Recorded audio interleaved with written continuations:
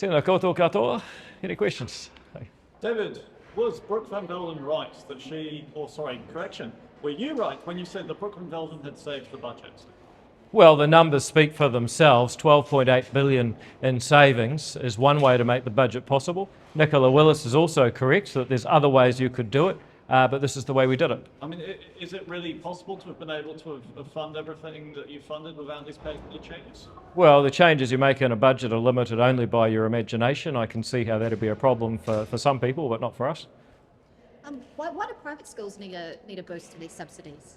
Well, put it this way, if you pay your taxes and you have children entitled to an education, why should your funding be frozen, actually declining for 15 years while everyone else's increases? What we've done is made it vaguely fair.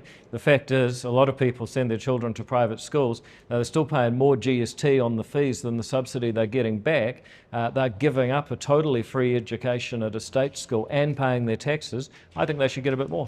So you would, obviously budget's about choices and trade-offs, you would put this funding ahead of other choices? You think this is one of the more important ones? Well, clearly it's one of the choices we've made. I'm not saying it's the most important or the least important, but I just think that the level of prejudice against parents who scrimp and sacrifice, and often it's tradies trading down their house so they can give their children a different education from what they had. Why shouldn't they at least have the subsidy for private schools keep up with inflation, which this doesn't do, or at least keep up with the number of students who choose private schools, which hasn't been done for 15 years.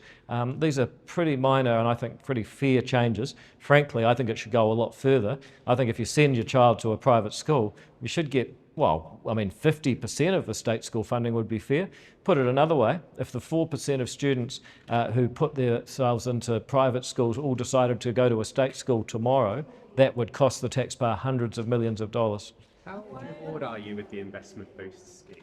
Beg your pardon? How on board were you with the investment boost scheme, offering tax incentives?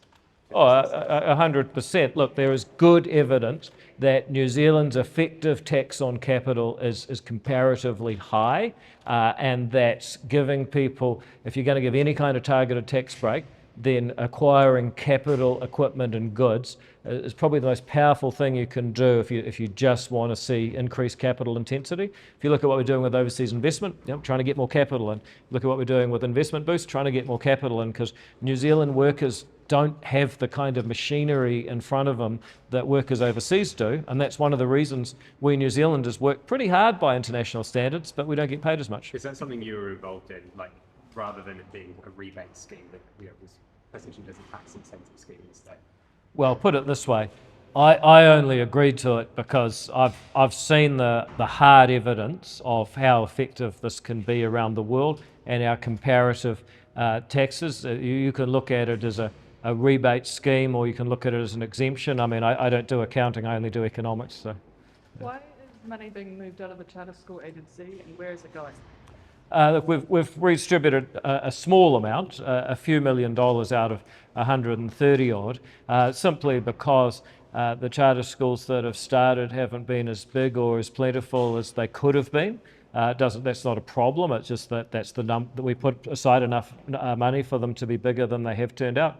So we can use that money for something else in the short term. Does that mean they haven't met your expectations? No, just you put money aside for something for the high scenario, and if that doesn't come out, you've got a saving. If you did it the other way around, then all of a sudden you'd be scrambling around and you wouldn't be able to pay the bills.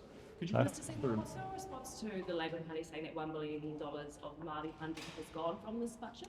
Well, there's no such thing as Māori funding. There's funding for New Zealanders.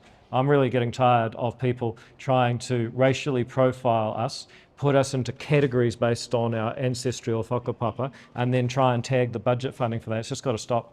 Why? Because it's racist. It's the definition of racism is when you think a person's race is their most important characteristic and use that to characterise them. That's racism. How does this budget serve Māori? How will Māori... Same way as everyone else. We are going to invest in improving education. We're going to keep the streets safer. We're going to defend our country. We're going to put in place investment boosts so that jobs are more productive and better paying. We're going to bring down debt over time as we get spending under control. That benefits everybody. We don't need apartheid, okay? So if that's the case, though, what's your response to the Māori Warden and Māori Women's Balfour League funding that's been allocated $13 million?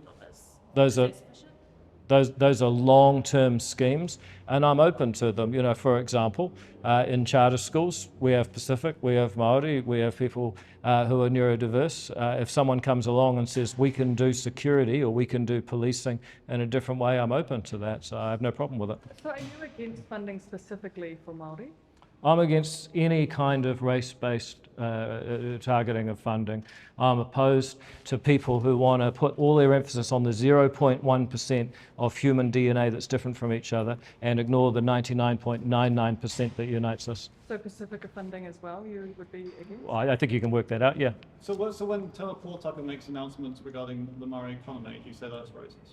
Well, I don't believe that that's the right way to frame it, but the way that what he talks about is specific entities, such as post-government settlement entities, which exist and are Māori. So I don't have a problem if you're talking about a specific entity. I do have a problem when you start saying that certain funding is for Māori and certain funding is not. Would you accept, though, that as a result of the pay equity changes, Māori and Pacifica women, for example, are worse off than other parts of the Well, population? it depends. I mean, if your lens through which you see other human beings as their race, then I think you're racist. But second of all, you can use that lens if you like. I would look at other lenses. I would look at where people live, what education they have, what skills they have, what age they are. There's a whole lot of ways that you can look at people without having to categorise them by race. Could you talk us through what's happening with the school lunch program? Is that funding continuing? Is there a cliff coming up? Well, the school lunch program has been funded for 2025 and 2026. Bear in mind that there was a cliff at the start of 2025. We've basically put it out 2 years.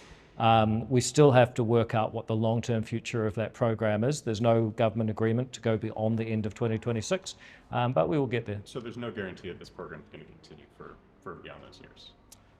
Well, I'm not saying it, like, I wouldn't read into it that it won't, but I believe that it certainly can.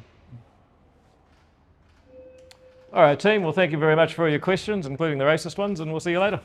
Cheers.